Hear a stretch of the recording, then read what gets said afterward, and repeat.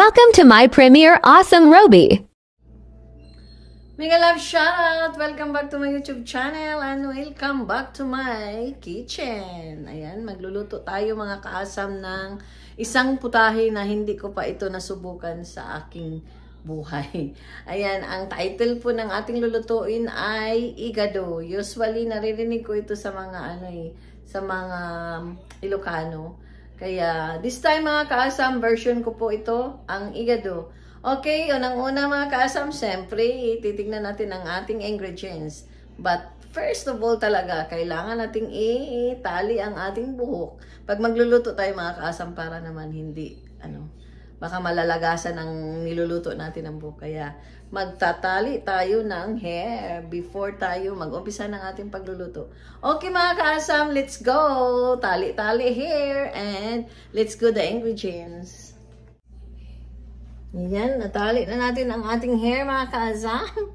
And now, I gonna wash my hands. Diba? Ngayon lang ako nagwawash ng aking kamay.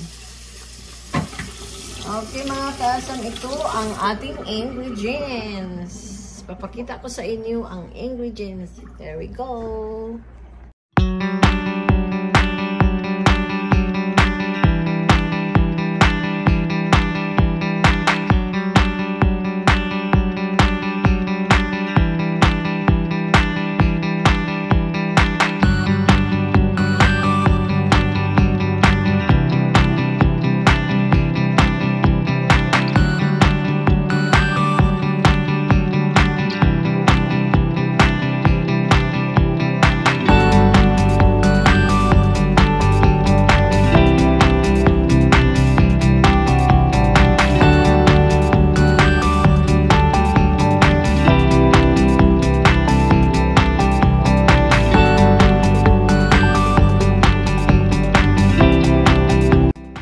This is my ingredients sa ating igado.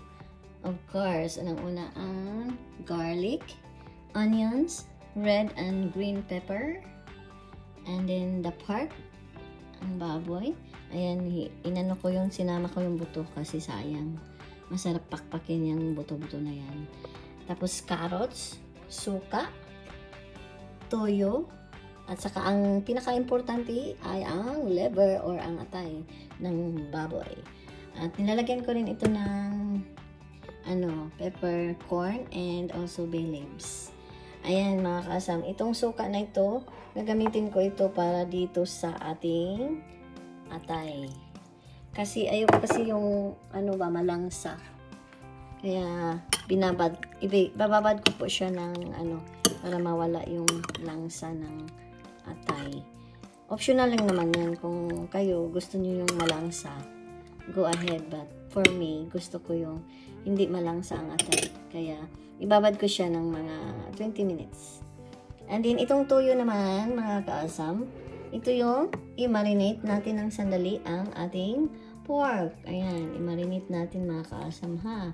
Tapos, ilagay natin sandali sa fridge para mag-absorb lang yung yung toyo na yan at ang minced garlic. Ayan.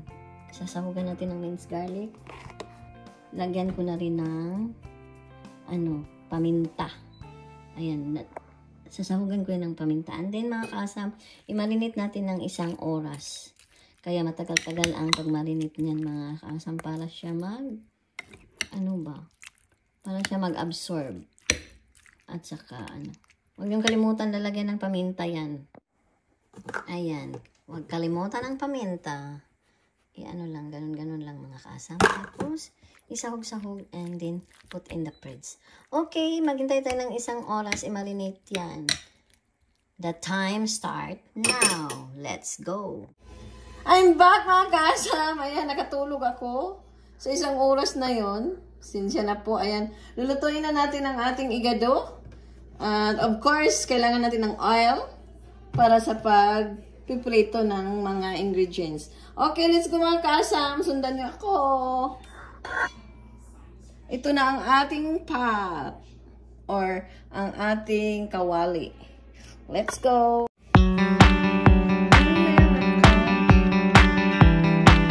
More than miracle.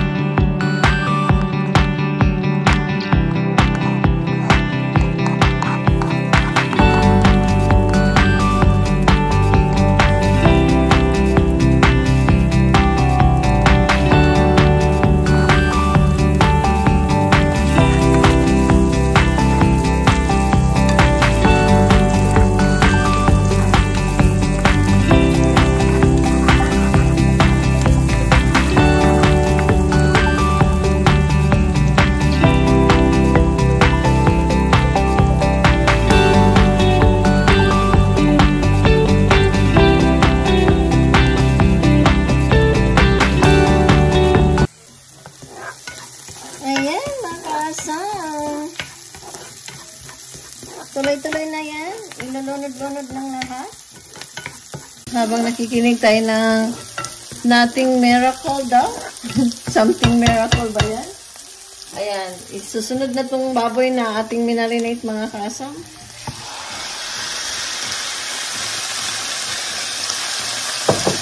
Ayan, kung napapansin ninyo mga kasam, hindi ko nilalagyan ng water. Kasi, mag-juicy lang siya sa sarili niya. At saka, hindi natin lalagyan ng tomato sauce. Kasi, pag tomato sauce ang ilalagay natin, di, minudo na yun, di ba? Charot. Ano to eh? Igado. Ganun lang. Lulutuin lang siya ng sarili niyang mantika. Parang tayo lang, niluluto tayo sa sarili ng... Yan, luluto lang siya dyan. Hindi lang siya lalagyan ng water kasi magjujuicy yan. Okay, takpan natin. Hintayin na, lalambot yung pork. Nasaan na yung takip? Ito pala. Yan, takpan natin. Maybe 30 minutes. Okay mga kasam, balikan natin yan. After 30 minutes, sasayaw muna tayo mga kasam. Ayan, bubuksan na natin mga kaasam. It's not really 30 minutes. 15 minutes pa lang mga kaasam. Tignan nyo. Diba, nag-ano siya, nag-juicy. Siya lang yung magpakapalambot ng sarili niya mga kaasam. Right now mga kaasam, ilalagay ko na po ang belly leaves. Ito. Durugin natin para mas lalong mabango. Actually, konti lang ilalagay ko. 4. Pampabango lang naman ito. And then, ilalagay na rin natin mga kasam ang corn pepper. Konti lang kasi baka makain. Ayan. Tamang-tama lang. And then, sahog-sahugin. Kubera na naman siya mga kaasam para mas lalo siyang lalambot. Okay, kubera na naman natin. Another 10 minutes.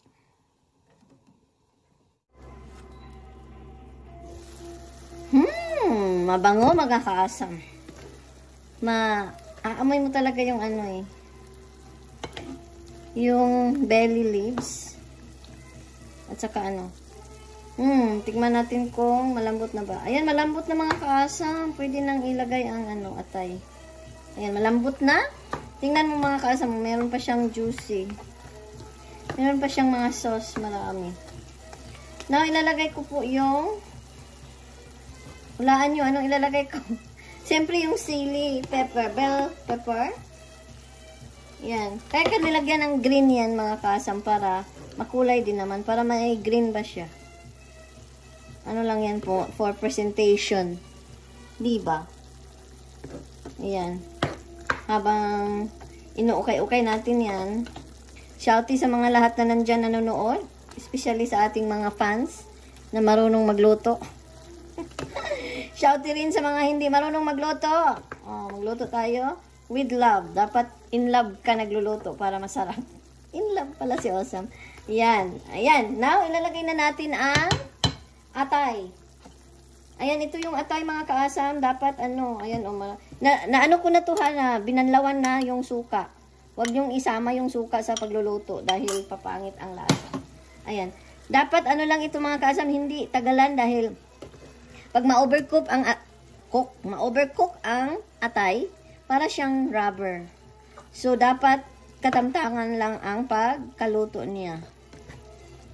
Okay. Palutuin natin ng sandali. And then, ilagay na yung carrots. Tapos na. Tikiman na. Ay, sandali, lagyan natin ng konti na paminta mga kaasam para maanghang-anghang naman. Ayan. Lalagyan ko rin ng wala sa ingredients. Ko lang to, sariling akin lang. Lagyan ko ng chili crunch para maanghang. Gusto ko talaga maanghang, masarap ang maanghang. Ayan, diba? Ayan, okay. Kain muna natin mga kaasam. Huwag muna kayong aalis, titikim muna tayo, okay? Okay, lagay natin ng 5 minutes lang para ilagay na natin ang carrots after. Okay? I'll be back.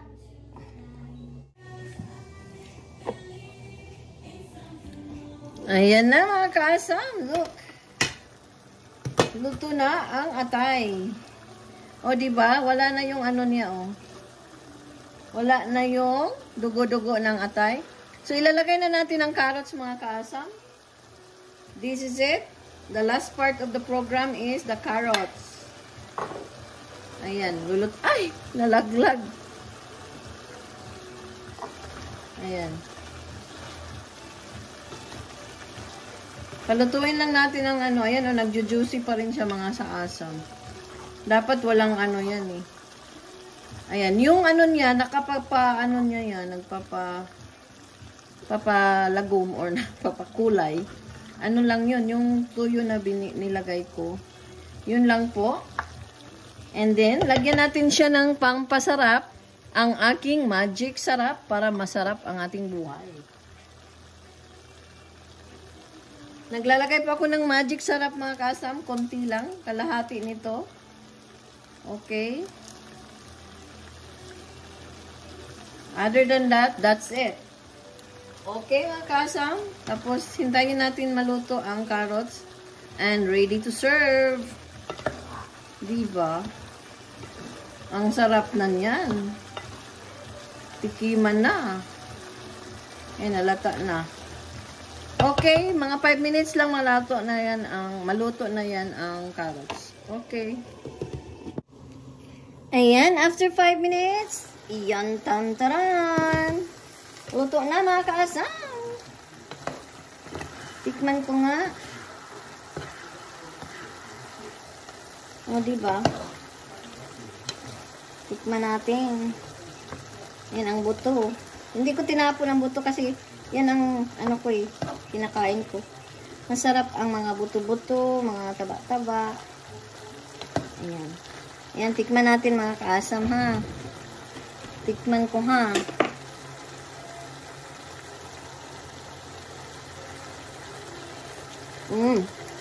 Ang sarap. I love my own. Well, honestly, it's really masarap.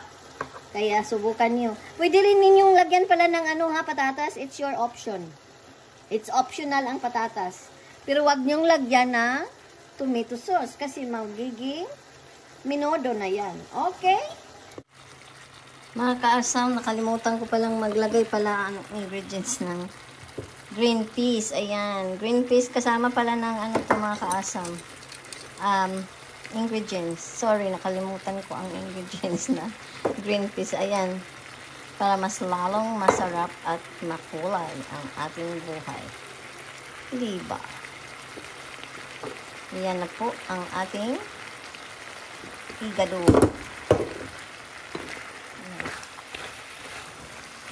Cook naman po yung green peas na yan.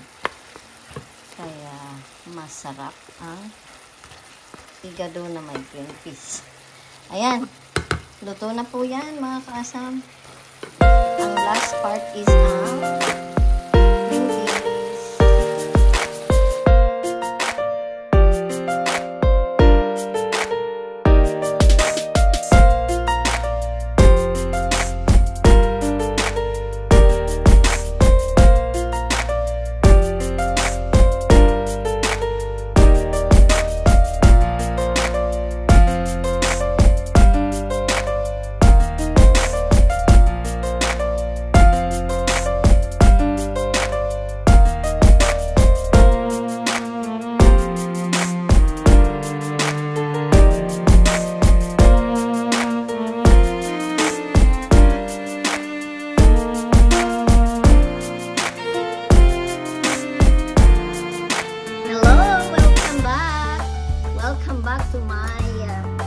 Tikim time. Ayan, ito ang ating higado at konting rice lang, mga kaasam, para hindi masisira ang ating figure. Charot. Hindi masisira ang tawag dito, yung diet. Sarap ng music. Tikim natin. Unahin natin ang tikim ang atay. Ito yung atay. My God, ang sarap, mga kaasam. Ang sarap talaga. Promise. Lagyan natin ng konting sabaw.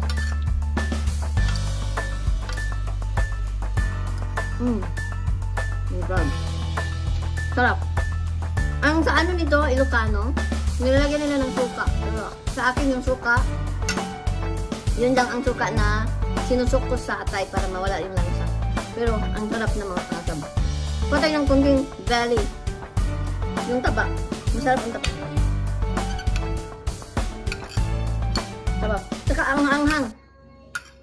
Nag-absorb talaga yung minarinate ko. Sarap. Subukan nyo ang kaasam para masabi nyo na sarap nga. Sundin mo lang yung ano, procedure. Sarap. Yung ano, yung taba ang sarap. Pero alam nyo mga kaasam, tip ko lang sa inyo, hindi ito maganda sa merong cholesterol kagaya ko. Pero okay lang. Ang tawag dito, carry ko naman. Iinom lang ako ng maraming gamot mamaya. Hindi ito maganda sa high cholesterol. At kung may gout ka, hindi rin ito pwede sa'yo dahil may atay. Diba? Pero, okay lang yun. Minsan-minsan lang.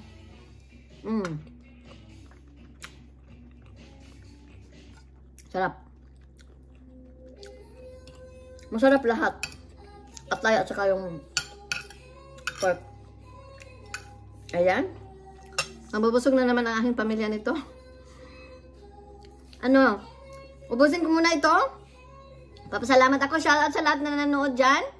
At salamat sa walang sawang pag-support sa akin. At walang sawang panunood ng aking video. Thank you sa lahat. At sa lahat ng hindi pa subscribe sa akin, i-click na yung button dyan para updated ka sa aking mga loto. Okay, thank you mga kaasam. Bye-bye!